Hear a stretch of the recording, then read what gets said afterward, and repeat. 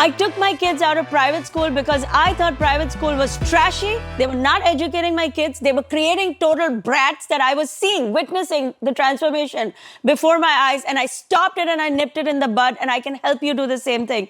However, my husband usually disagrees with me, also disagrees with me one more time. And you're going to watch it all go down live in our sizzling hot episode of Public School versus Private School, only on the Zarna Garg Family Podcast.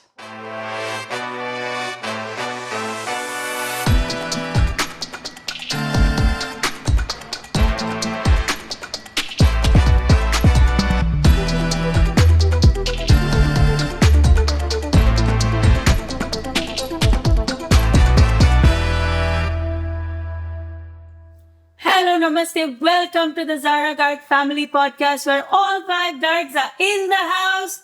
Today's episode is going to make you wonder which side you're on, because it's going to be a close call either way. And everybody that listens is going to have strong feelings about it, and we're going to get right into it. Today's episode is about public school versus private school. Do you have to spend a fortune to educate your kids? Or are the public schools great and they teach the kids something else altogether? Where do you teach the kids how to have grit and that work ethic that we all want our kids to have and we all want us to have? So let's get right into it. Let me introduce my family.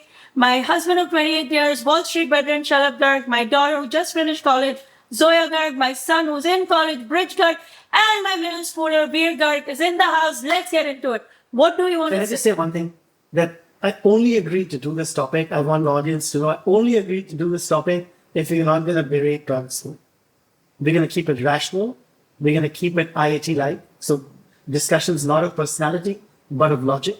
And we're going to keep it plain and simple and unemotional. Why do you feel like you need to say that? Yeah. Because I know how it's going to go, and I know your mother. She's going to absolutely trample all over private schooling and go right into public schooling being the best thing ever for humanity, which it may well be. But every parent body, we have so many friends whose kids are still in private school or have graduated private school. They're all lovely people who made that decision for a reason. They're not so I'm just saying, let's keep it rational, unemotional, and extremely based on logic as opposed to unemotional. Can we they make it for a reason or because that's the lazy way out? See, that's what I mean. I'm asking a rational question. That's not a rational question. A rational way of asking that same question. Why did you say all? The rational way of asking the same question would be that what are the efforts needed to have the both kids go into different systems as opposed to be attacking. So laziness is a factor. Okay. Can we set the scene? Yeah. Can you give everyone some context on what happened when we were little? Because when I was the youngest, you guys were in agreement on sending me to private school. She made the decision to put you in private school. Yes. I didn't even know. I was an immigrant into New York. I had no idea about private school. Well, the decision, none of us are ever going to hold that against them. We're actually all 3 of us, I at least, I'm not going to speak for them, and I believe they are too, are super happy that she made that decision. And that's not the point yet. Zoya has to set it up. And as a 2-year-old Zoya, she randomly informed me one fine day that from henceforth forward, our only kid at the time, Zoya, the daughter with the beautiful blue eyes, the light eyes that she had, is going to go into private school. Yes. And that she already selected the private school she could go into as well. Yes. And that I should pony up 25 grand, which is what the tuition was. Believe it or not, 70 today was 25 years ago. Wow. So the tuition was 25? Yeah. At that time, it was a lot lower tuition. For nursery school. For nursery school. Right. And now it's 75. It's 70, yeah. Somewhere in From what I know, we haven't paid private school tuition for a few years, as you know. But I know it from the news media reporting it. At the time, and by the way, I was also an immigrant, but at the time, I believed, like a lot of Indian parents, a lot of immigrant parents, that private schooling was amazing, that it cost a lot of money, but that's how you got your kids to learn. And of course, they prey on the immigrants because the immigrants believe that they have to do anything to educate their kids. I mean, that is statistically not even true. Of the 100, 150 kids that were in every class, no more than 5 or 7% were immigrants. Most of them were Upper East Side kids whose parents and grandparents went to those schools as well. So right now, you just randomly exaggerated a fact I don't think fire it a was shot. 5 to 7%. No, I didn't fire any shots. I'm just telling you. I also want to make a quick statement as well about the whole private school versus public school debate. Firstly, every student is vastly different. Like the way that a student is able to learn, to socialize, and have fun is so different, and it's completely contextual based on what your kid, or if you are a kid, what your preferences are. Secondly, private schools and public schools are not the same across every state or every country. The private schools in your state might be different than the ones where we're talking about, which is New York City, and the public schools might be way different than the ones like that are in New York City. New York City is actually known for having fantastic public schools. There are other states that are known for the same thing. So both of those things you should take into consideration as the episode goes on, because we're mostly going to be talking about private schools versus public schools in our life and how it relates in New York City. Was that a Thanks for public pointing it out. service announcement? Yeah, that's my PSA. I like that. Usually you do the My public service. older son had the foresight to do that. I appreciate that. It's good that he did that. Except that one thing I will amend in that statement, Rich, is that public schools in New York are not Yeah. considered to be the best in the state. Yes. Yeah, no, they're not. Wait, they absolutely No, are. statistically, The they're specialized high schools were aside, which Okay, are well, you only, can't just put those aside. but those are only there's- few ones. there's they- eight of But them. they only No, serve but in they ninth grade. serve like the tiniest proportion of kids. Yeah. But those The are vast eighth grade. majority I also don't know if this is true. I would No, honestly not it is not true. Well, maybe we can get a producer's Yeah. note on ranking public schools, but if you look at public schools, for example, in Texas, I don't know if that's true, actually, and we should check this, but I'm pretty Yeah. sure in Texas, public schools are generally very good. Yeah, in because the most state, suburbs, public schools are very good. because the state funnels a lot of money into making sure that the local Yeah, public, or in especially- Connecticut, Connecticut, we had a house Yes. there, we remember that. But so, hence, the part of the reason that so many parents struggle with this decision is exactly that. Yeah. Because they feel like they don't have an option. Yeah. And if they were to send their kids to the regular neighborhood public school, their kids will be poorly served in both being educated and, more importantly, in the process of exhibitions into. Your dad found the only dot in America, the only city that's a dot in America that actually doesn't have great public school options, or at least until we explored, we didn't know what we were talking about. Right, so- Most, so you're right. I was the one. 99% of America has great suburbs and great neighborhoods, even the cities that have great public So school I was the one who moved to New York first. Is that correct? Whose job kept them in New York? No, but who moved to New York But first? when we left New York, when we got married, I was like, I'll live anywhere. Are you now going to pretend that I don't like the suburbs? I'm not going to pretend or not pretend anything. I'm just saying that you moved from Ohio to New York. Yes. And rented the first apartment in the UN area. Yes. Correct. But then when we got married, we could have lived anywhere. Like, I was not like, I'm dying to live in New York. Can you tell the audience that the decision to live in New York was for your job? Can you just say that? Generally, as the captain of the, like, as being the man, sorry, I'm looking the right word there. But like generally you would be the follower and you followed and you did a good job doing it at the time. How is that such a revolutionary thing that you did? Everyone knows. 1.4 billion women before you did it and 1.4 billion women after you will do it. I'm gonna jump in here and just steer the conversation back to the topic because, Mom, I think we should go in chronological order because this has been one of our most highly requested topics of all time. When I was 2, it was your call to send out a private school. Yeah. So what happened thereafter? Once we got into the private school world, I realized that first of all, it's not just private school. You're buying into a whole world. It's like a community club, not community, what do you call it? A country club. Country club feeling, where everybody says and looks and does and feels a certain way. Everybody vacations a certain place, everybody has the same summer camp, and those, even if you don't do that, that's the conversation. Nobody there is like, what job are you gonna have if you lose your job? Like you have to, at the very minimum, keep up this pretense that you have a lot of money. Because it's a money crowd. This is not a crowd of people who are worried about money. They're spending today in 2026, $70,000 to teach their kids ABCs. So what did you enjoy? I thought I made good friends, but the friendships were also difficult because we really were 2 immigrants paying for it ourselves through his salary. I didn't even have a job. So we didn't have parents, we didn't have grandparents. I remember the first year, the first or second year, we were at dinner with some of your school friend parents, and somebody asked Shalab, he said, where do you plan to summer? And Shalab was like, at work. Because we didn't summer here and winter there. We didn't have any of those things. We were working, and it took a lot of money to pay for your guys' schooling. And remember thinking, no one here seems stressed out.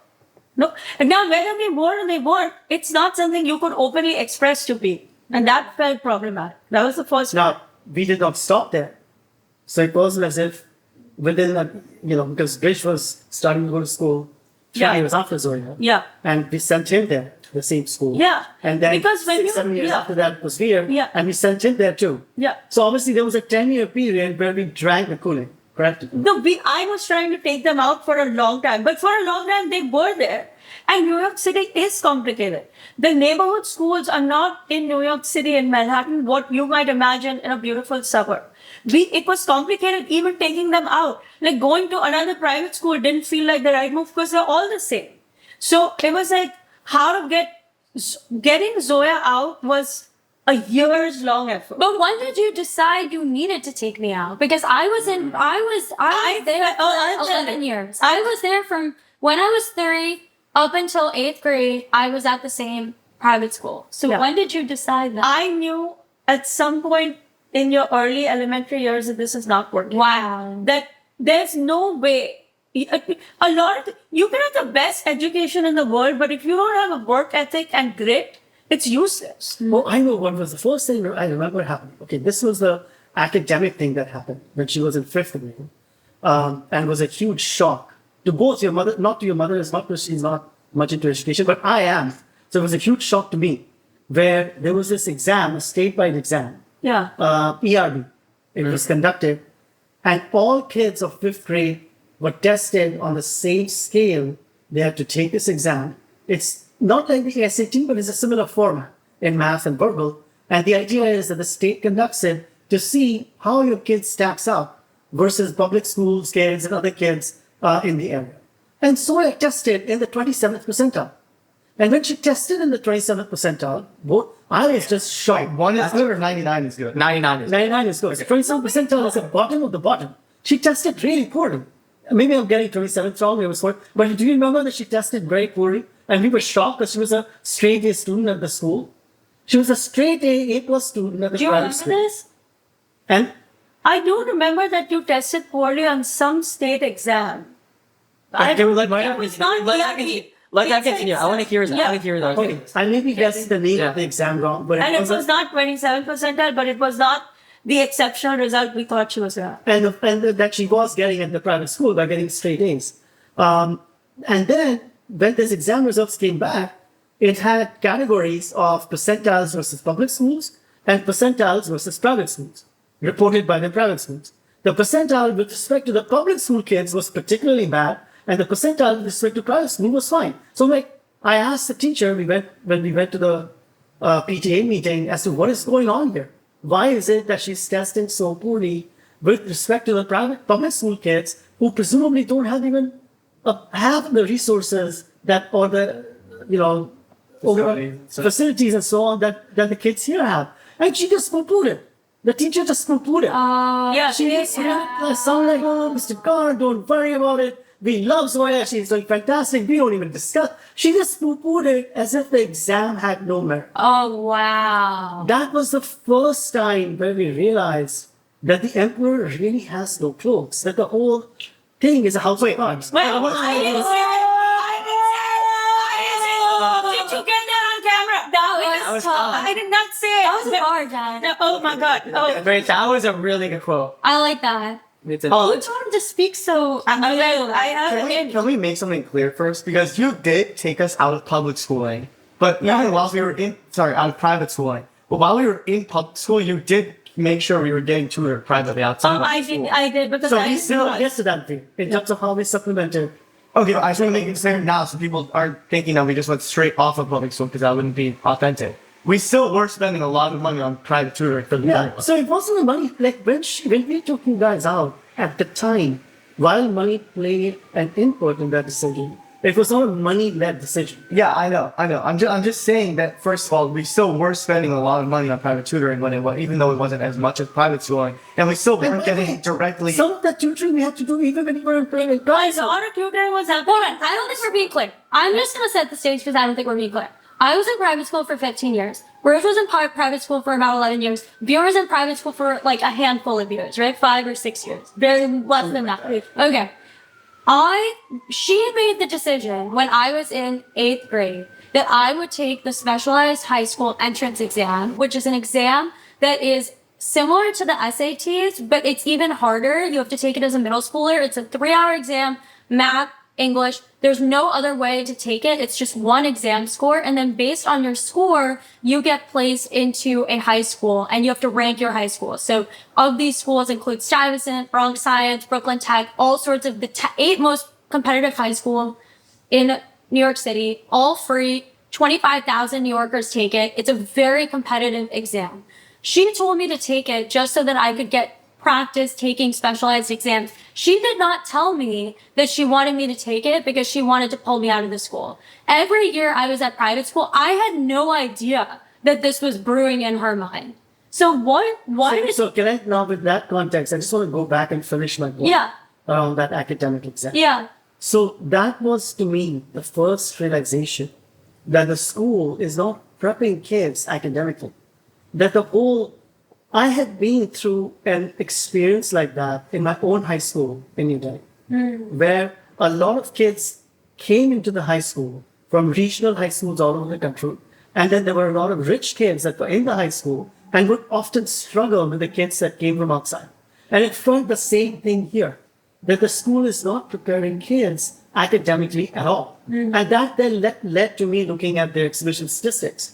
That, okay, they say that out of the 180 graduating kids, they're sending 20, 30 kids to the top 3 or 4 or 5 colleges in the country. How is that happening? And we'll get to that point later. But that that exam, that central state exam, was the starting point of the realization that the school is not... It became the first time even we became aware of how rampant grade inflation was in private schools. Yeah. And it made sense because what teacher wants to deal with an angry parent who's written these huge tuition checks? Even if they're right that the kid didn't do well, the parent's going to be like, but it's your job to teach them. Why else are we paying you all this money? And we knew there was all kind of shady business happening behind the scenes where the principal was calling the teachers and saying, give this kid a grade. The teachers were getting yelled. Oh, the craziest? The school scenes. No, the craziest? There was no rule about the teacher who was teaching in class being able to tutor the kids outside class. Oh, yeah. So the teacher who was responsible for the grades in class was also tutoring a bunch of kids outside class select student. at a very high price that no normal family could afford. Yeah. And there was no rule about this. Yeah. You would think that a school would be like, no, this is not ethical. Yeah. There's no such thing. Yeah. And then the sports scenes and the sports quotas, like, obviously the private schools would not win in any sports at the state level, right? Because the kids were just not sporty kids. But within that non-sporty sport teams, they would make captains out of kids who were not the most qualified. I mean, the whole thing was completely rigged and extremely corrupt. I just want to acknowledge that I am not using any of these words. After the big opening that he did, let's focus on the facts. These are all his words. I'm going to take you away to tell you about our sponsor for today's episode, BetterHelp. If you are stressed out about something, it can be anything. It can be your job, it can be your school, it can just be life. So much happening around us. You don't have to deal with all these complex emotions by yourself. You don't have to live in that anxiety by yourself. BetterHelp can help you so easily. I'll tell you myself, I've been dreading trying to find a therapist and ask a friend and get a recommendation, and what if you don't like them? BetterHelp has simplified the entire process. You can do it all on their platform. They have such a high match fulfillment rate that most of the people love the first therapist they get. But if you don't, they have 30,000 licensed professional therapists and millions of positive reviews. When life gets overwhelming, therapy can help. Sign up and get 10% off at betterhelp.com/Zarna. That's betterhelp, HELP.com/Zarna. Well, I want to talk about what Dad's saying for a second. So when I got into Bronx Science, we'll talk about Beer in a second because we have big news about him. I got into Bronx Science by 1 point. The cutoff was 520 or 519 and I got 520, which means if I had missed even one more question, I wouldn't have gotten into the school. When we got my admission, we had about 2 weeks to decide whether or not I was going to go to the public school or I was going to continue at the private school and go there for high school. And Mom actually gave me the agency to make that decision. She didn't just make that decision and then decided for me. But she told me, I think you should strongly consider this. At the same time that was happening, a lot of leadership positions were starting to be doled out to students in my grade. Because all of these private schools are thinking about college admissions in middle school. They're thinking about it way early. It wasn't like thinking about, so I noticed that even though I was trying so hard, I was performing so well academically, I was very beloved by my teachers, I was never getting the leadership positions that I was putting myself out there for, and it didn't feel like it was a merit-based decision. It felt like there were certain students who had family connections to the school who were being prioritized over me. And I started to notice that, and that was why I made the decision to choose to go to the public school that I chose to go to, then continue on at the private school I was at, because it felt like even despite my greatest effort or my greatest talent, I was never going to be considered at the same level as the kids that were getting same seats. And she also, mom pointed that out to me. I didn't notice it, but she was like, have you noticed that XYZ student is getting these positions? And the school would make me feel like I just wasn't good enough for those positions. And I remember I'd do anything. Like, for example, a lot of those kids were very wealthy kids. I started straightening my hair every single day because I was like, oh, maybe I need to look more polished, or maybe I need to speak a certain way. But it just wasn't working. Nothing I was doing was working. And I did not have that experience in public school. In public school, it felt very meritocratic, almost to an extent that was so competitive, it was its own different challenge. Also, one other thing that public school prepares you for is, being able to interact with a diverse portfolio of people, because a lot of private schools, first of all, are K through 12. So you're staying with the same people for 12 years with the exception of a few transfers and stuff. But a lot of private schools are also all boys or all girls. So you're only learning how to talk to one gender. Whereas a lot of public schools, as a public school kid myself, I've seen myself get dropped into new environments every 4 or 5 years, because after elementary school, you have to go into a new middle school. After middle school, you're applying for high school where you learn how to take the SHSAT. And then after that, you're also in a whole new environment with all these different kids. And you still have to know how to, talk to all these kids from different high schools, because you play with them for sports. For Monarch, I'm sure you talk to 100 other kids from other schools. So there's just always new people that you're learning how to talk to. But you switched schools the most, and you were in public school the most out of the two of us. What was your experience in that way? Did you feel like you were always like scared, or did you ever feel anything negative about it? A lot of the school switching was at a younger age. So it kind of feels like when you're a kid, like kids are just kids, so you're kind of the same everywhere. But I definitely did feel like I fit out a little bit for the first few months that I was there, because it was just like I was new everywhere, and also we're also a brown family in like a primarily white community. So it definitely felt a little bit weird being in a new school constantly. But I remember one thing Dad did that really helped was that every time I was at a new school, when I would come home from school and he'd be with me, he would say, "Did you enjoy your day at school today?" And if I said yes, he would buy me a toy from like the nearby toy shop. Do you remember that? Yeah, so that's one thing I've really remembered. So because we were both, your mother and I were both very stressed out for you, because you did change schools several times. And, and within those changes, you absorbed the change, but every time it was big, very, very regular neighborhood schools. It wasn't even it was like not a specialized school of any kind. So we were very concerned that we're getting the stiffest, because as Zoya said, both Zoya and Bridge had a fairly elongated private school experience prior to moving to public. But one shift I definitely want to talk about before we move on to high school is Bridge. When Bridge switched from private school to public school and middle school, you became a completely different person. Yeah, absolutely. Well, yeah. He did. He Way more did. independent. I mean, way more independent. He just came into himself. I mean, I wouldn't say it came into myself. I would say I became a lot more of a problem child. My immediate switch. Okay, let me give some context too.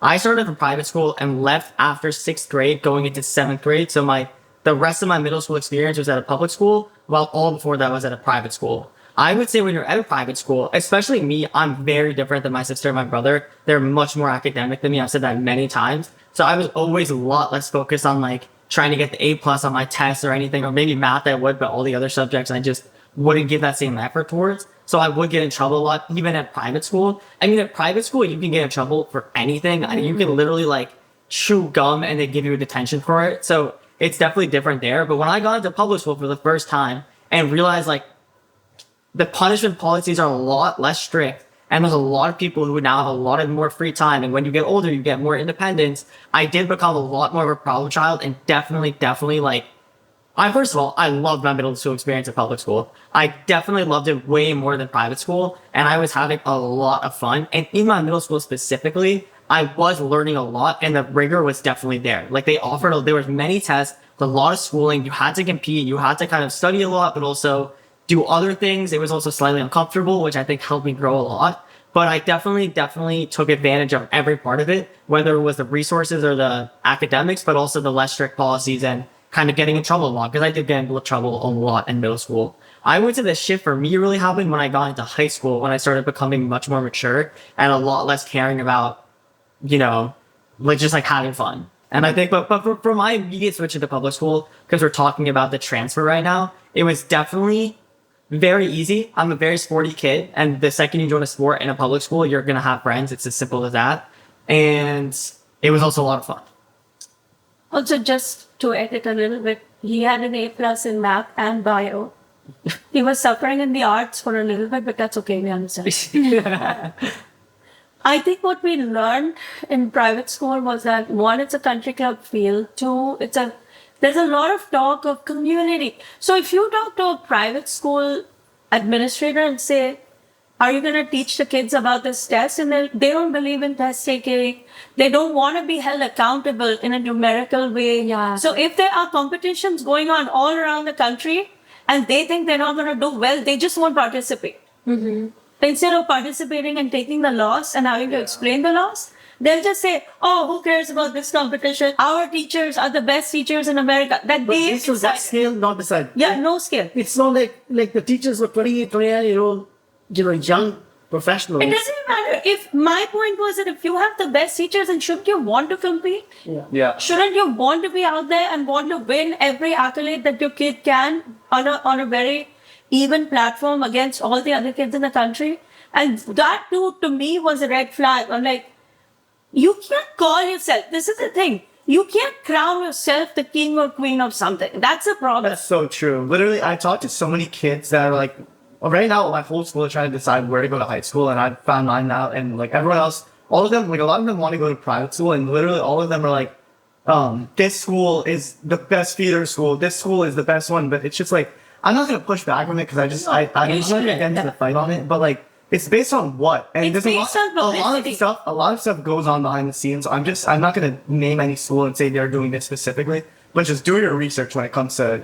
Also, private school is really good at something. One of the biggest scams of private school that, in my opinion, I'm not even the biggest private school hater. I would say out of everyone here, I'm actually the least private school hater. But one of the biggest things that I think the private schools sell people on when they don't realize the truth of it is the idea that so many kids get into good colleges because of the private schools. Yes. In reality, a lot of these kids who get into, let's say, Harvard, Stanford, or Yale, Princeton, UPenn, whatever it is, a lot of them either have like extreme legacy connections. They're friends with like the entire board of the school. Like their coworker is like the president of the entirety of like the organization that runs it. I mean, or they donated millions. I mean, some of these kids out of private school would go to the private school and already have a library in the private school named after, in the college named after them. Yeah. Right. So there's a lot of things that people don't realize go into each and every student who gets into those schools.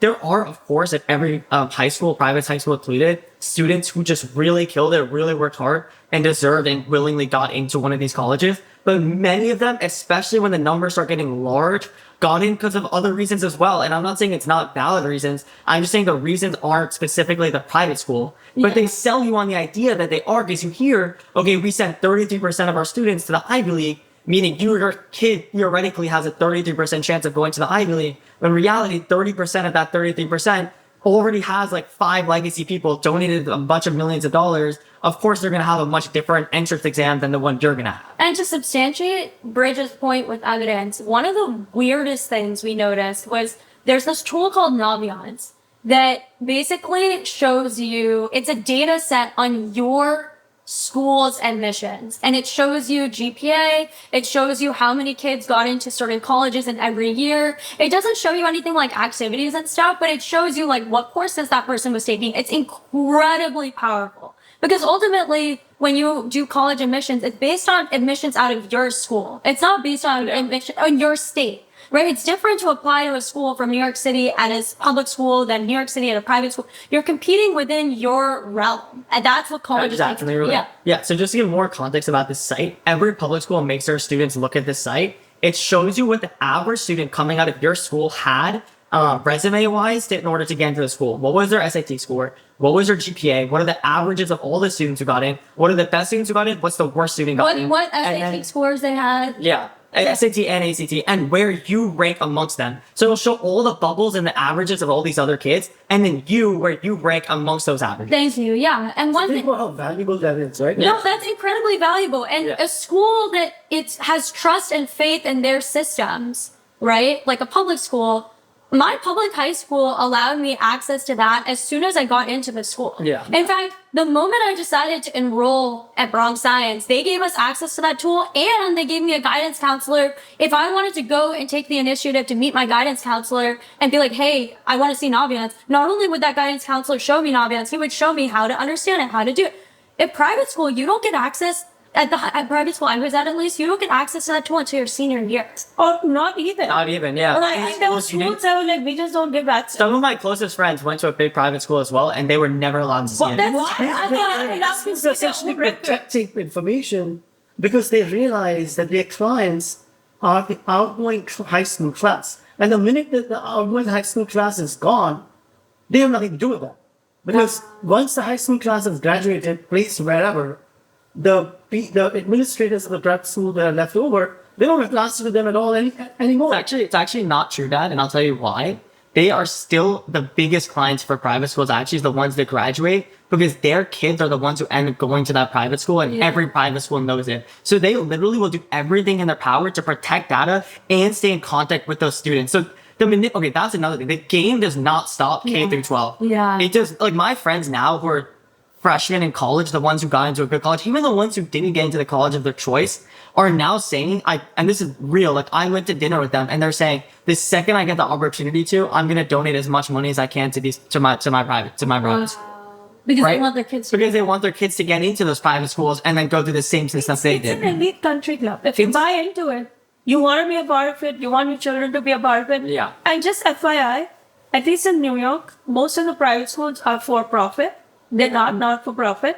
And they have publicists on their payroll. Just like, yes, They do. I mean, That's- the headmaster that's- making $1 million salary. Yeah, that's how they get articles in the Wall Street Journal. More. Typical. That's all the perks and The benefits. salary information comes out in the Wall Street Journal every few years. And a typical headmaster in the top 5 or 6 private schools is making a minimum of $1 million salary. Yes, and And that's to do what? Nobody knows. Exactly. no, I know. To To appease essentially the board. appease the board To and to appease the raise board. money from the And to board. raise Now, money. just to say one thing, right? We are not a family that sort of does not want the same things that private school parent body wants. Yeah. Or at least I did. We wanted the brand name colleges for our kids. We wanted the success, that I at least enjoyed with academic brand names and so on. And we succeeded at that too. Zoya went to Stanford, Bridges at Cornell, and I'm But saying we, right now but that we we would not, no. We're not saying going that. to We're not applying. It's funny how every time this topic is brought up, the only person who doesn't like say anything about it is me. You say I'm going to go to Harvard, all three of you guys say I'm not going to Harvard. I'm the only one who The has. point is that it's not only the Stuyvesant, which is a very top high school. No, but can I just say, I knew clearly that my kids will not go to these colleges from private school. That was for sure. Yeah, that was And one- they were going to block us because we did not fit their profile of a family or parent body or kids that they were going to support. Yeah. They will redirect us very gently. They will tell us why this tier 2 school is better than a top tier school because that's what they do. Yeah. When when you're not a connected family, instead of placing you where you want to go, they will do reverse psychology with you. Oh, they can actually prohibit you from applying. They'll just say, if you apply, we Yeah. won't support you. Well, that was another thing. In public school, I remember I had friends that wrote applications to like 30 schools, to 30 colleges. They were like, I'm just going to take my odds with the numbers of applications. And I had written like 12 or 13, whatever, applications. I remember talking to a private school friend who said they were not allowed. They were not allowed by the school because ultimately the school has to approve your application they were not allowed to apply to more than 8 schools. Yeah. And there were some schools that they weren't allowed to apply to. I think that's horrifying, actually, to think about how we told after like 14 years of private school tuition that you cannot apply to a particular college for a reason that the school thinks is valid. Having said all that, I will say one thing that is a pro private school thing. There is a sense of community in private school that I didn't see in public school. No. Public school is very much, here are our kids, please do educate them, we need to go work. Yeah. It is extremely functional. It is extremely like day to day. I personally preferred it. That's how I got back to work. I believe very strongly that had I stayed in private school, I would still be struggling with every meeting and every cocktail hour and art fair and all that nonsense that I personally didn't care about that whole country club feel. But that community thing does not exist in public school the way a lot of parents do like it. And I will add also, when mom was getting started in comedy, and this is very true, when mom was getting started in comedy, it was private school moms who showed up to your shows and everything. Well, they were my friends. But they were, but that was really valuable. they very generously Yeah. showed. We made great friendships. That's what made the decision hard. And that's the reason a lot of parents who are in private school find it hard to switch out, because you make these lifelong relationships, and I make them too. But on the other hand, public school gave us the one thing I didn't feel like we were getting in private school, which was the grit that the kids got. You had to fight against the system every day to get what you wanted. So, Bronson, where she went, 800 kids in a graduating class. You've got to be on top of your records, on top of your activities, on top of your school. They cannot babysit any kid. We're going to take a minute to tell you about our sponsor for today's episode, Monarch. I've personally used Monarch for a while now, and I love it. You can simplify your finances with Monarch. Monarch is the all-in-one personal finance tool designed to make your life easier. It brings your entire financial life, budgeting, accounts, investments, net worth, future planning, all together in one dashboard on your phone or on your laptop. Feel aware and in control of your finances this tax season and get 50% off your Monarch subscription with code ZARNA, Z-A-R-N-A. My favorite thing about Monarch is just the feeling of control. It's the feeling of being able to see all the different pieces in one easy to understand dashboard. Sometimes the dashboard of these finance apps is so hard that you don't know what you're doing and you think you're dumber, but you're not, because these guys have made it easy and now I know it can be done. Achieve your financial goals for good with Monarch, the all-in-one tool that makes money management simple. Use code ZARNA at monarch.com for half off your first year. That's 50% off at monarch.com, code ZARNA. Before we get back to the episode, let's take a second to tell you about our sponsor for today's episode, The Real Real. The Real Real is the best place to get authenticated luxury goods. Gucci, Prada, Fendi, all these brands that you love, that you're like, I wish I could buy this stuff. Now you can because of The Real Real. And my favorite thing to do on The Real Real website, just hang out. I love seeing what people are buying and selling. I don't know what it is, but it's a lot of fun to see what people are buying and selling. Also because they refresh items every day. I kid you not, 10,000 new items drop in on their website. Every day it feels like there's a new style, there's a new fashion. The Real Real is the most trusted name in authenticated luxury resale with over 10,000 new arrivals daily. No one does resale like The Real Real. And now get $25 off your first purchase when you go to therealreal.com/Zarna. That's therealreal.com/Zarna to get your $25 off. Start shopping now at therealreal.com/Zarna. Well, I was going to say, and this is a tip, if you're in public school or your kid is in public school or you know someone in public school, the way to succeed in public school is to teach your kid how to have high agency. Because the tools and resources are there. It's just that most kids don't want to talk to the teacher after class. They don't want to go to office hours. They don't want to meet the guidance counselor. I probably met with my guidance counselor and my math teacher and my English teacher once a week, and it was meetings that I set up myself. So I remember I was struggling in my English class because we were reading Invisible Man. We were reading very hard text. I was struggling so much.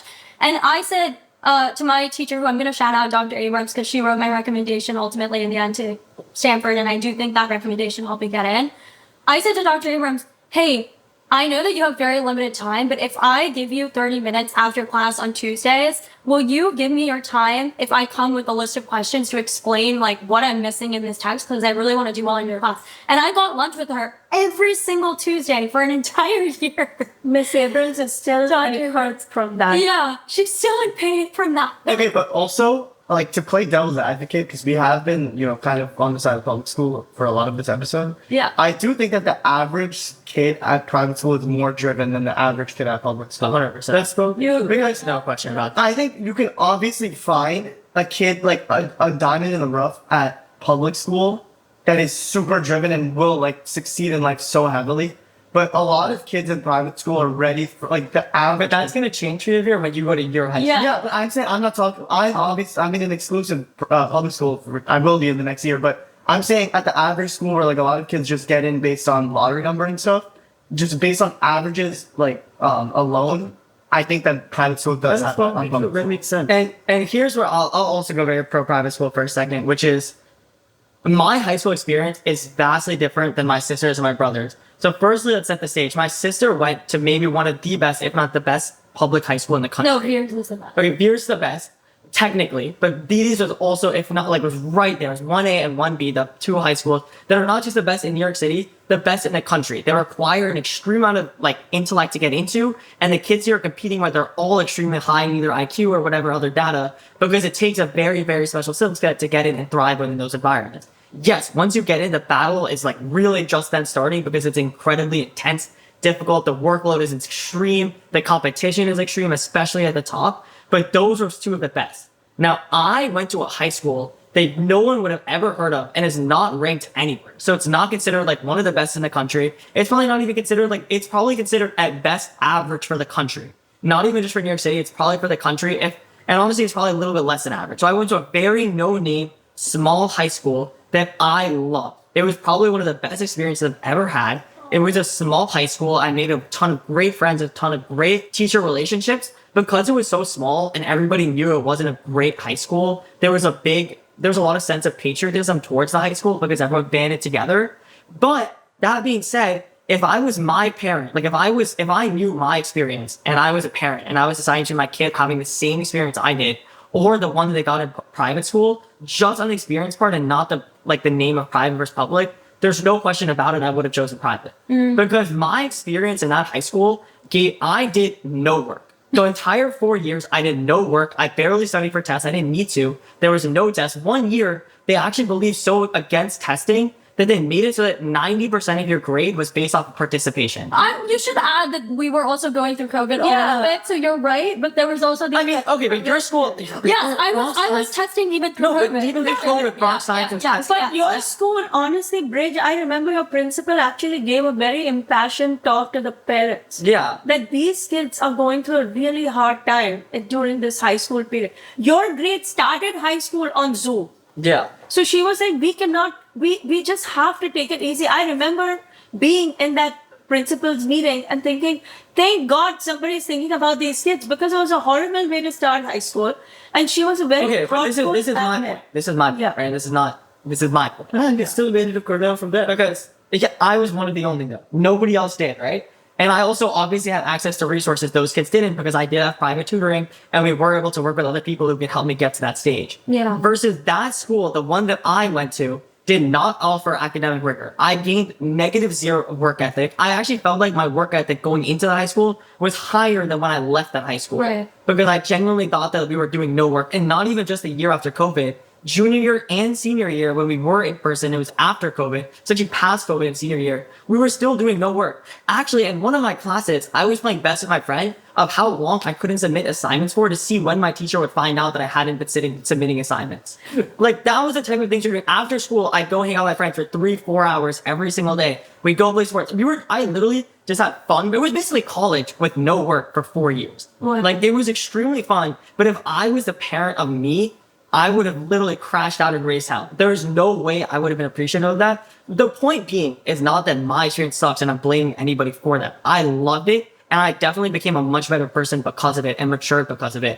But I'm bringing it up because many of the parents who are watching this and the kids who are watching this aren't thinking about the public schools that my sister and brother went to, which are the number 1 and 2 public schools in the country with extremely high results. I mean, of her high school, 45 kids got into Cornell. So the school that I go to now, Cornell, the Ivy League institution, 45 of her students, of her peers went there, and all 45 said they were disappointed when they got in. Versus, What is the problem? versus when I got in, it was like the whole school couldn't believe it. I was one of the first kids in a while to get into an Ivy League institution. So I'm just saying that you need to, everyone's situation is different. Yeah. And the public schools are so different where you are because they might not be the extremely top of the top public schools that they're going to, but it could be more similar to my public school experience. And one thing that I want to add, like, to the private school, this is why this is a debate, right? Like, if it was an easy issue Yeah. and we just had an answer, then we wouldn't be making a podcast about this, right? Like, there's so much to talk about. One thing also that my private school gifted me was I started taking Latin in middle school of my private school. Latin is a very commonly taught language still in private schools, and it's a very uncommonly taught language in public schools. Yeah, like a lot of people don't even have the opportunity. I don't have that. Yeah, right now he doesn't have the opportunity to take Latin. I took it in middle school. I was terrible at it in middle school, but I was exposed to it. Yeah. Right? These private schools are very good at exposing kids to really random niche arts that you just wouldn't have access to. I remember my private school had like photography and all these things that you might not think are important, especially our Asian parents might be like, okay, what's the point? But I continued taking Latin throughout high school because it was offered at my public high school. But the program in public school was the least desired program, not because it wasn't great, but because kids didn't know about it, right? Like when you're going into a public high school, like, and you've never taken that language before, why would you just suddenly start taking that language? Only 20 kids out of 800 kids took that language class because it was so random and weird. But it was that language class that I think helped me stand out.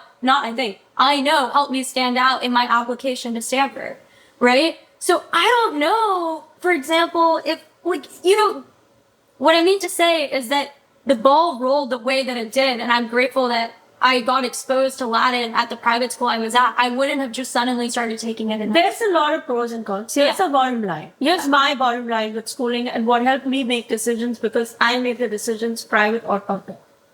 In the end, the school is about a lot of things, not just the education. In fact, I would say the education is the smallest part of it. The school is about your work ethic. The school is about your ability to learn how to navigate complex things on your own. The school is about the friends you make and the work ethic that they have. I believe for a long time that they can just go to school and make friends and do all their learning at home.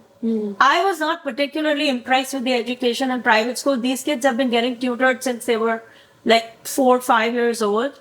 And that one-on-one tutoring, I believe, has been fundamental in them learning the fundamentals of math, science, English.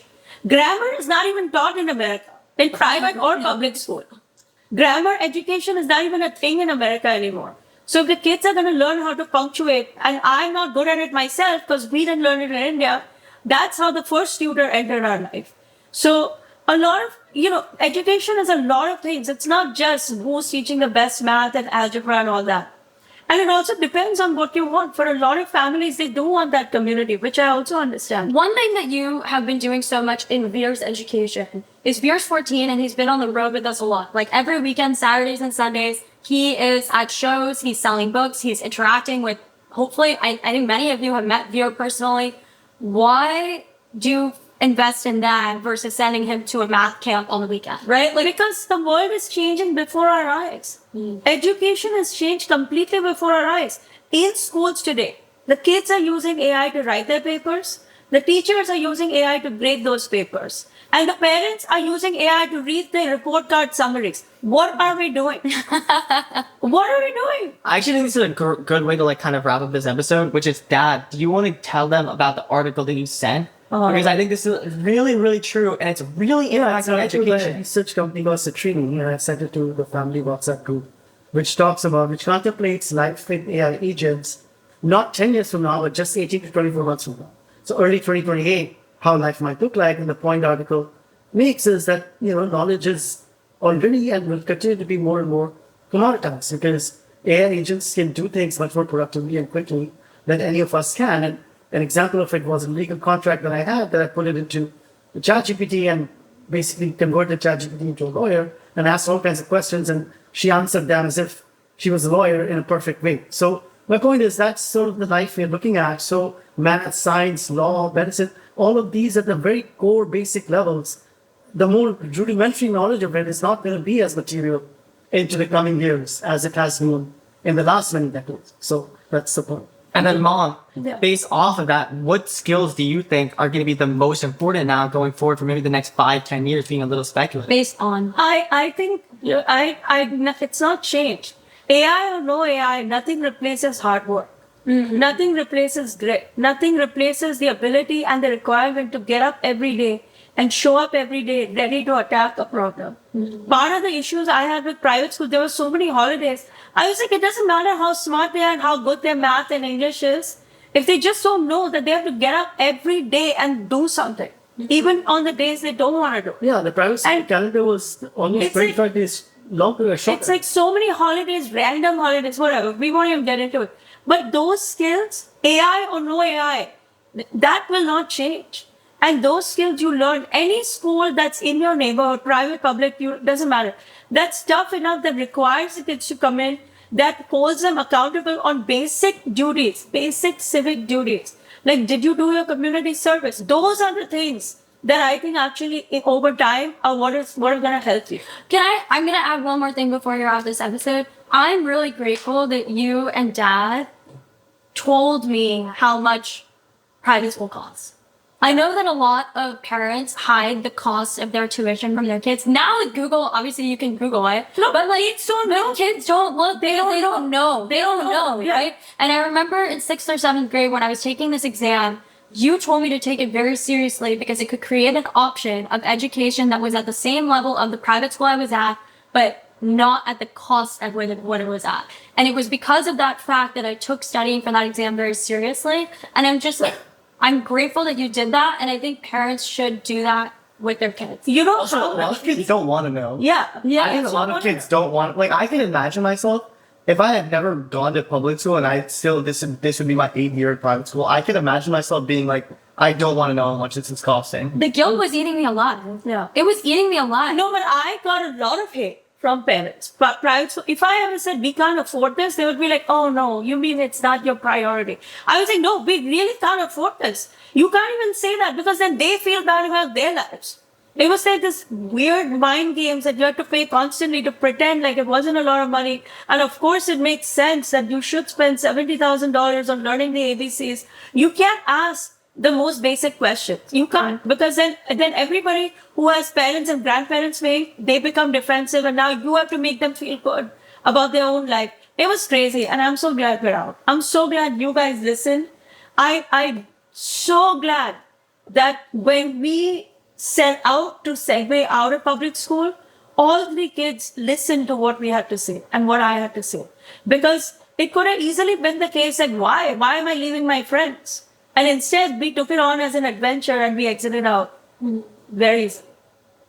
But this has been our episode on private school versus public school. There are so many topics that are left unsaid.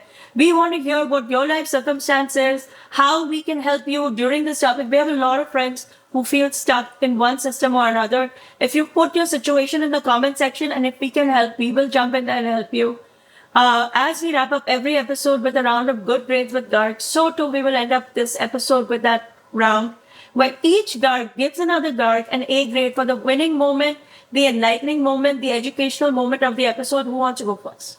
I'll go first. I'm going to give my A grade to somebody who made an earlier point, which is going to lead to my final point, which is that I do believe public school is a better option in many, most cases than private school because of one simple fact, and that's that public school offers students an actual feeling of uncomfortability. And I think being comfortable getting uncomfortable is so important. And all the students now that I see in college reflected through private school and public school experiences, the ones that were in public schools are the ones that are killing all of the activities at college.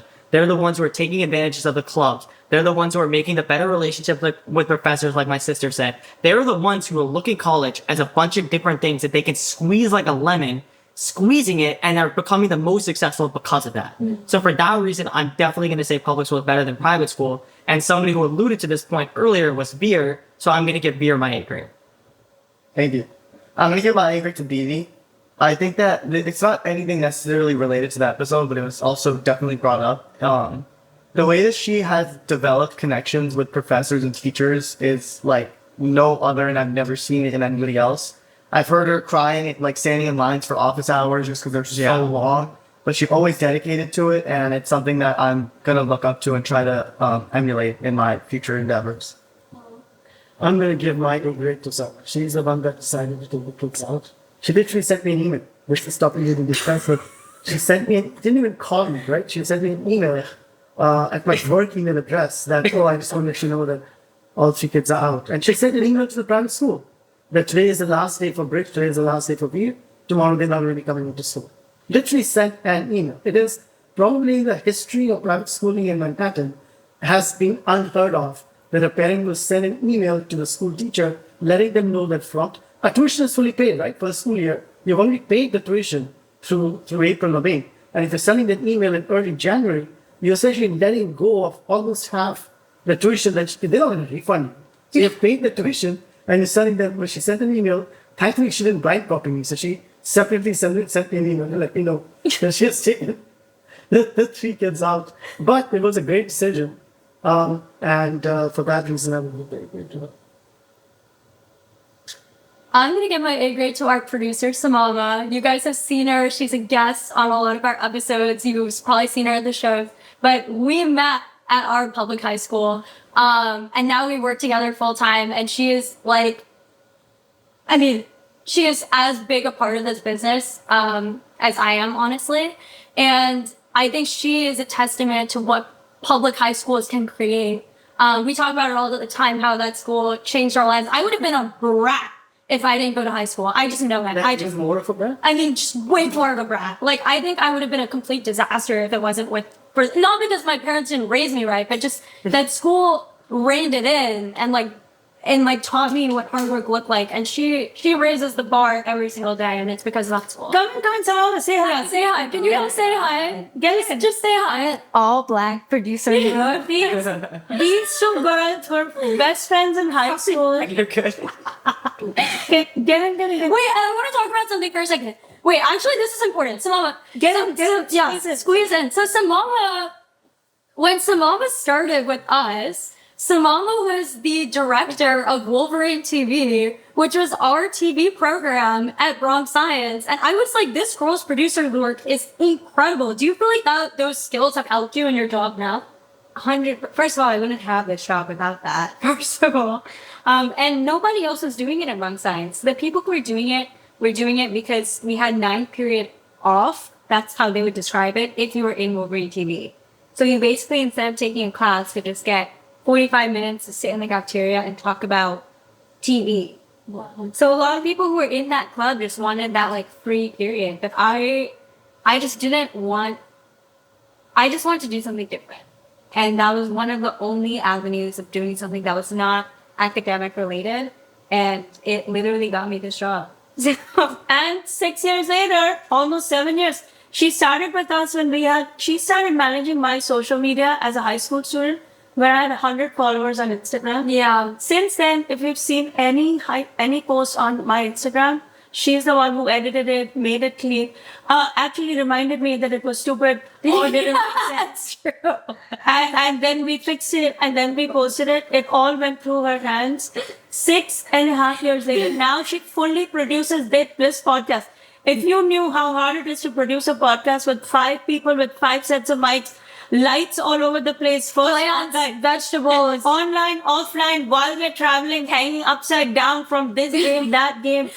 It's all her and her gritty public school relationship that these 2 kids have that have made this world possible. And honestly, this is not an uncommon experience. If you look at a lot of like tech startups and stuff, they were founded by 2 guys that met at Stuyvesant. Like, your relationships in high school really do matter and they transfer. And like, even Brit, some of your best relationships in college are with public school kids. Absolutely. Yeah, absolutely. It creates a shared identity. So I think what I want to say and leave off with is I actually agree with Bridge. I'm going to take a pretty hard stance here. I think you should send your kids to public school, and I will defend myself in the comments. Don't be afraid of it. It was the greatest gift in my life, and this business that you're seeing now would not have been possible without it too. No. And also we wouldn't have the money. Yeah. It took years. It took years. The money we saved in tuition, for private school tuition, we were struggling to pay the private school tuition. And you couldn't say that. Every meeting you went to, you had to pretend like it was so easy. Oh my God, I just got off my private jet. It was like, Who are you giving your grade to? oh, my grade 100% goes to all three, plus this kid of mine, all four kids. Because these kids survived the New York City school system. It's the most complicated. It's the most brutal. You're talking about hours of taking a subway every day. Uptown, downtown, meeting kids from every community, every culture. Literally, we're under threat of being bombed by the whole world. And these kids, they get out there and they work and they help the community. They help their teachers. So my grade goes to all four of you today. So proud of everything you've accomplished. Mom found a way to literally give the A grade to everybody, including people who aren't even technically part of the podcast besides Dad. Oh, yeah. Oh, my God. Well, I should say that the years that I kids did go to private school, we paid full tuition, no discounts, no charge. We paid the tuition every Yeah, month. of course we did. We pay, and A lot of If you parents had to- don't, but we I paid. think this is important because I think it'll give a lot of parents relief. If you had to estimate how much money we invested in private Oh, school we, system, we paid in total about 15 years of school tuition, right? An average about $1 million. Million On dollars. average. Every year. No, in total. No, over $1 million that we lost. It's a, yeah. And I take responsibility for it because it was my decision in the end. Here's the thing. Parents think that removing obstacles in school and high school is the solution. And I actually think let it be an obstacle course. yeah. Let them learn while you are still parenting them and you can soften the blow on the evenings and the weekends. That's the opposite. That's like a hot take. A lot of my friends will be like, but it's so hard for the kids. But let it be hard when they're young. Yeah. Let the hardships come when it's young so that when they're older, they know how to deal with that. That subway journey that all you kids took, you took the like L train, U train, here train, that train. It taught them how to be like resourceful, how to jump around, how to be. I remember when you guys were like, we're going to be late again because the trains have stopped. And then they learned to get off and get on another train and go to another station and run down the road. I mean, these are all life skills that you don't learn at an older age. And by the way, for someone who hates New York City so much, Dad, do you want to point out that she sounds like she really likes New York? But I didn't say I hate New York. No, but you're always criticizing Dad for the I think move that to New York. criticizing me is like a second nature.